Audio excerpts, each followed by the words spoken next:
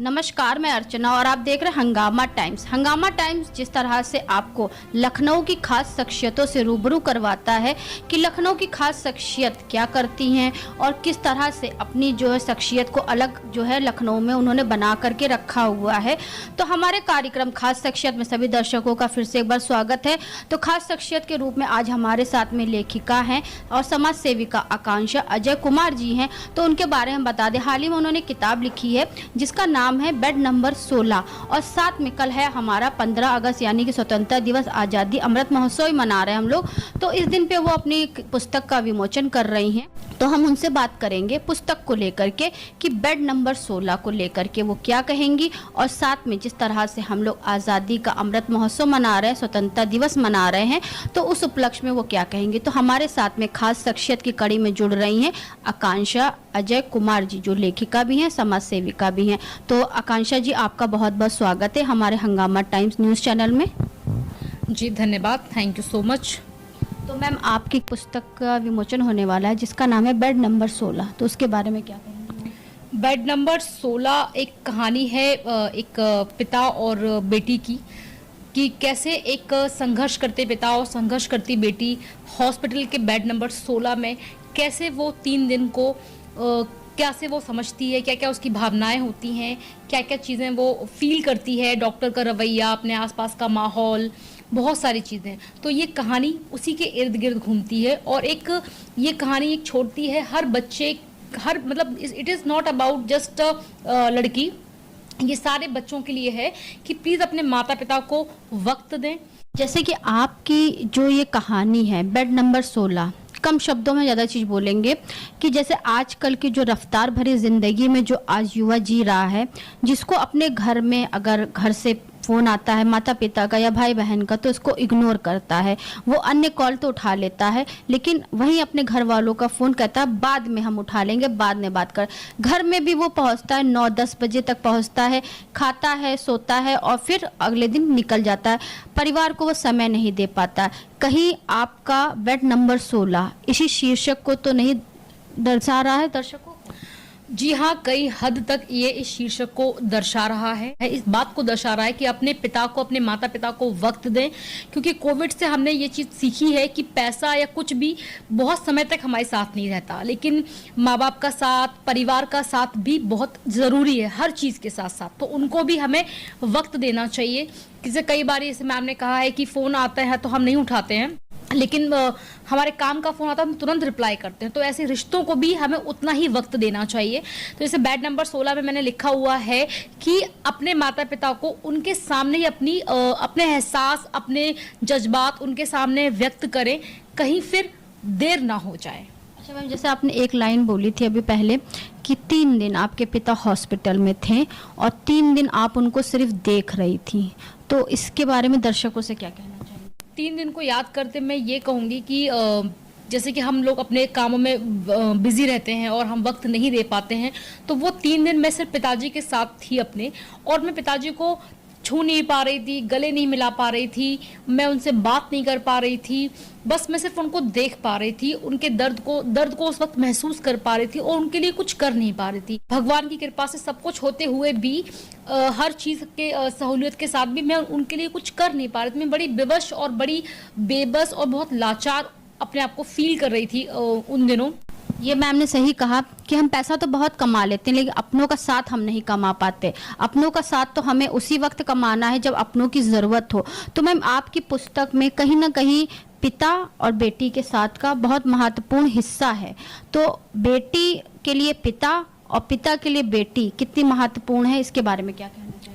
इसके लिए मैं कहूँगी कि एक औरत की ज़िंदगी में एक पिता का साया होना बहुत ज़रूरी है, समाज के हिसाब से भी और हर तरीके से भी, कि उसको लगता है कि हाँ मेरे पीछे कोई खड़ा हुआ है। पति तो होते ही हैं, बेटा भी होता है, लेकिन पिता का साया होना बहुत इम्पोर्टेंट है और उतना ही पिता के लिए बेटी का भी होना इम्पॉर्टेंट है, क्योंकि जब पिता आपके वृद्ध अवस्था में आते हैं तो मैंने ये महसूस किया है कि हर एक बेटी, ना सिर्फ मैं, बाकी दुनिया की हर बेटी वृद्ध होते पिता की माँ बन जाती हैं। उनको उस तरीके से उन पे हक जताने लगती हैं, उनको डांटने लग जाती हैं, उनके एक तरीके से माँ का रोल वो निभाती हैं। यानी कि पिता बेटी के और बेटी पिता के बहुत करीब रिश्ता है ये चीज। कहते भी है कि घर में चाहे जितने बच्चे भी हों, अगर बेटा है तो पिता के करीब बेटी ही रहती है और बेटी है तो पिता करीब वो रहती है। तो मैम ये बताइए कि जैसे 15 अगस्त भी है और 15 अगस्त के दिन पे ही आपका पुस्तक का विमोचन है, इसके बारे में आप क्या कहना चाहेंगे, थोड़ा दर्शकों को बताइए। जी, 15 अगस्त का दिन मैंने इसलिए चुना इस किताब के इनॉग्रेशन के लिए, इस किताब की लॉन्चिंग के लिए, क्योंकि लास्ट ईयर पिछले साल 15 अगस्त के दिन ही मेरे पिताजी इस दुनिया से नहीं रहे, या कहें आज़ादी का दिन चुना क्योंकि मेरे पिताजी एक स्वतंत्र विचार वाले इंसान थे। वो लड़के लड़कियों में भेद नहीं करते थे। उन्होंने मुझे उच्च शिक्षा दी और मुझे कभी किसी चीज़ के लिए रोका नहीं, और स्वतंत्रता का दिवस उन्होंने इस दुनिया से जाके एक नई दुनिया में जाने के लिए चुना। तो मैं यही कहना चाहूँगी कि स्वतंत्रता दिवस पे ही मैं अपने पिताजी को इस पुस्तक के माध्यम से श्रद्धांजलि अर्पित करना चाहती थी, इसलिए मैंने ये स्वतंत्रता का दिन चुना। बहुत अच्छी बात है। जिस तरीके से आकांक्षा जी ने बताया कि 15 अगस्त के दिन उनके पिता का देहांत हुआ था, यानी कि कल के दिन उनको पूरा 1 साल हो जाएगा, तो 1 साल के उपलक्ष्य में उन्होंने अपने पिता को जो श्रद्धांजलि दे रही हैं वो बेड नंबर 16 के माध्यम से उनकी जो पुस्तिका है, पुस्तिका के बारे में भी हम आपको बताएंगे कि पुस्तिका का जो सारा आप जो कवर पेज देख रहे हैं, जिसमें एक बेटी का हाथ है और एक पिता का हाथ है, किस तरह से एक बेटी ने पिता के हाथ को पकड़ा हुआ है और एक पिता ने अपनी बेटी के हाथ को पकड़ा हुआ है। तो ये पुस्तिका ये दर्शाती है कि बेटी के जीवन में पिता का कितना बड़ा महत्व है और पिता के जीवन में कितना बड़ा महत्व है। तो आज कहीं ना कहीं जो आकांक्षा अजय कुमार जी पहुंची हैं तो उसका श्रेय उनके पिताजी को जाता है। तो मैम इसके बारे में क्या? मैं इतना ही कहूँगी कि पिताजी की वजह से शिक्षा बहुत अच्छी हुई है, पढ़ाई लिखाई हुई है और अपने आत्मनिर्भर उन्होंने मुझे बनाया हुआ है। और मैं ये भी कहना चाहूँगी कि जाते जाते मेरे पिताजी मुझे एक लेखिका भी बना गए, वरना मैंने लेखिका का मैंने कभी ज़िंदगी में सोचा नहीं था। लेकिन जब उनके जाने के बाद मैं थोड़ा सा डिप्रेशन कह सकते हो आप कि मैं उसी में सोचती रहती थी पूरे टाइम, तो फिर मैंने लिखना स्टार्ट किया, तो फिर मैंने बेड नंबर 16 बनाई। तो मैम कल आप तो पुस्तिका के जरिए तो अपने पिता को आप श्रद्धांजलि समर्पित कर ही रही हैं, तो 2 शब्द अपने पिताजी के लिए क्या बोलना चाहेंगी आप? मैं यही कहना चाहूँगी कि मेरे पिताजी जहाँ भी हैं, और मैं एक्चुअली श्री कृष्ण को बहुत मानती हूँ, श्री कृष्ण की डिवोटी हूँ मैं बहुत ज़्यादा। तो मैं श्री कृष्ण कहते हैं कि आत्मा में बिलीव करते हैं कि शरीर कुछ नहीं होता। तो मैं जानती हूँ कि मेरे पिताजी मेरे आसपास ही हैं, किसी और रूप में होंगे बट मुझे देख रहे हैं, मुझे सुन रहे हैं।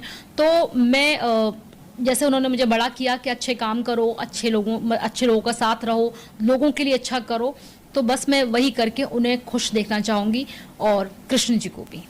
यानी कि मैम का कहने का मतलब है ये कृष्ण जी तो उनके आदर्श है ही है, क्योंकि भगवान श्री कृष्ण कहते हैं आत्मा में ही परमात्मा है, आत्मा अमर है, अजर है, आत्मा कहीं मरती नहीं, ना ही उसका कभी विनाश होता है, आत्मा हमेशा अमर रहती है। साथ में उनके आदर्श है उनके पिताजी के ही बदौलत वो आज इस मुकाम पे हैं, एक सफल लेखिका ही बनी है, साथ में समाज सेविका भी है। तो मैम ये तो हुआ आपकी पुस्तक का और आपके पिता का और आपके सफर के बारे में। तो कल जो सफर का पहला पड़ाव है, आपकी पुस्तक विमोचन होने वाली है, तो उसके बारे में पूछना चाहूंगी, कल पुस्तक विमोचन के लिए आपने किन किन लोगों को बुलाया हुआ था? कल पुस्तक विमोचन में मैंने अपने परिवार, अपने दोस्तों को, और मुख्य अतिथि के रूप में मैंने दूरदर्शन के प्रोड्यूसर और यूनिवर्सल बुक स्टोर के ओनर को बुलाया हुआ है। और मैं साथ में ये भी कहना चाहूँगी हर एक देशवासियों से कि ये जो बेड नंबर 16 है, बुक है मेरी लिखी हुई, और ये हर बेटी से कहीं ना कहीं हर बच्चे से रिलेट करती है, तो आप सब लोग इसे ज़रूर पढ़ें। और ये हर जगह उपलब्ध है, आप इसे डाउनलोड भी कर सकते हैं बहुत ही कम पैसे में, और मैंने इसे काफ़ी रीजनेबल रखा हुआ है ताकि ये पुस्तक लोगों के देश के कोने कोने तक जा पाए। जैसे मैम आजकल ऑनलाइन का ज़माना है, लोग फ्लिपकार्ट, अमेजोन और अन्य जो है जैसे मीशॉप, इन सब चीज़ों पे ऑनलाइन घर बैठे मंगाते हैं, तो ऐसी कोई सुविधा? हाँ जी, ये आपको अमेजोन, फ्लिपकार्ट, किंडले सब पे अवेलेबल है, आप इसको डाउनलोड भी कर सकते हैं। कितने रुपए मात्र में मिल जाएगी? इसका है मात्र 250 रुपये इसकी कॉस्ट है, लेकिन हम इसको 25-30% डिस्काउंट में रखेंगे ताकि लोगों तक पहुंच पाए। सिर्फ प्रिंटिंग कॉस्ट के अलावा थोड़ा सा और पब्लिशर का रखा हुआ है, दैट बस। डायरेक्ट अगर कोई लेना चाहे तो मैम कैसे देता है? तो डायरेक्ट अगर लेना चाहे तो बुक के पीछे मेरा इंस्टाग्राम अकाउंट और लिखा हुआ है, आप वहाँ पे भी मुझे कनेक्ट कर सकते हैं, मुझे मैसेज कर सकते हैं, मैं आपको डायरेक्ट भी उपलब्ध करा दूंगी। तो ये थी हमारे साथ में आकांक्षा अजय कुमार जी, खास शख्सियत की कड़ी में, जो एक लेखिका भी, समाज सेविका भी हैं, जिन्होंने बताया कि एक पिता और बेटी का जो है रिश्ता कितना महत्वपूर्ण होता है। आजकल की भागा दौड़ में जहां परिवार पीछे छूट रहा है, युवा अपने काम को प्राथमिकता दे रहे हैं, वहीं पे उन्होंने बताया कि बच्चे जो हैं वो अपने माता पिता को लेके चले और साथ में उनके जो साथ को है वो संजो के रखें, क्योंकि इंसान चला जाता है, पैसा आप बहुत कमा लेते हैं, साथ दोबारा नहीं आ पाता है। क्योंकि कोरोना काल में हमको ये सिखा दिया कि अपनों का साथ कितना ज़रूरी और कितना महत्वपूर्ण है, सांसें कितनी ज़रूरी है। तो अपने जीवन में जो ज़रूरी माता पिता हैं तो उनके साथ को ज़रूरी समझिए, क्योंकि बहुत छोटा शब्द होता है ज़रूरत और ज़रूरी। ज़रूरत कभी किसी की पूरी नहीं होती और ज़िंदगी जो सांस बिना अधूरी होती है, वैसे ही माता पिता होते हैं। तो माता पिता की वजह से आप जिस मुकाम पे पहुंचे, तो माता पिता को मत भूलिए। तो ऐसे ही आकांक्षा जी श्रद्धांजलि दे रही हैं 15 अगस्त 2023 में, क्योंकि उनके पिताजी को 1 साल हो जाएगा 15 अगस्त 2022 में जब वो गए थे, और कल उनको 1 साल पूरा हो जाएगा। तो उन्होंने अपने पिता को श्रद्धांजलि दे रही बेड नंबर 16 पुस्तक के माध्यम से। तो ऐसे हम लोग लखनऊ की खास शख्सियतों से आपसे बात करवाएंगे कि इस 15 अगस्त पे वो क्या खास कर रहे हैं और साथ में क्या कार्य करके लखनऊ से अन्य लोगों से उन्होंने अपनी पहचान अलग बना के रखी है। तो इसी के साथ मैं अर्चना आपसे इजाजत लेना चाहूंगी। धन्यवाद, बने रहिएगा हंगामा टाइम न्यूज चैनल के साथ। हंगामा टाइम्स की तमाम खबरों को देखने के लिए हंगामा टाइम्स को सब्सक्राइब कर लीजिए और बेल आइकन दबा लीजिए। अगर आपको ये वीडियो अच्छा लगा हो तो लाइक बटन प्रेस कर अपनी प्रतिक्रिया हमारे कमेंट बॉक्स में देना।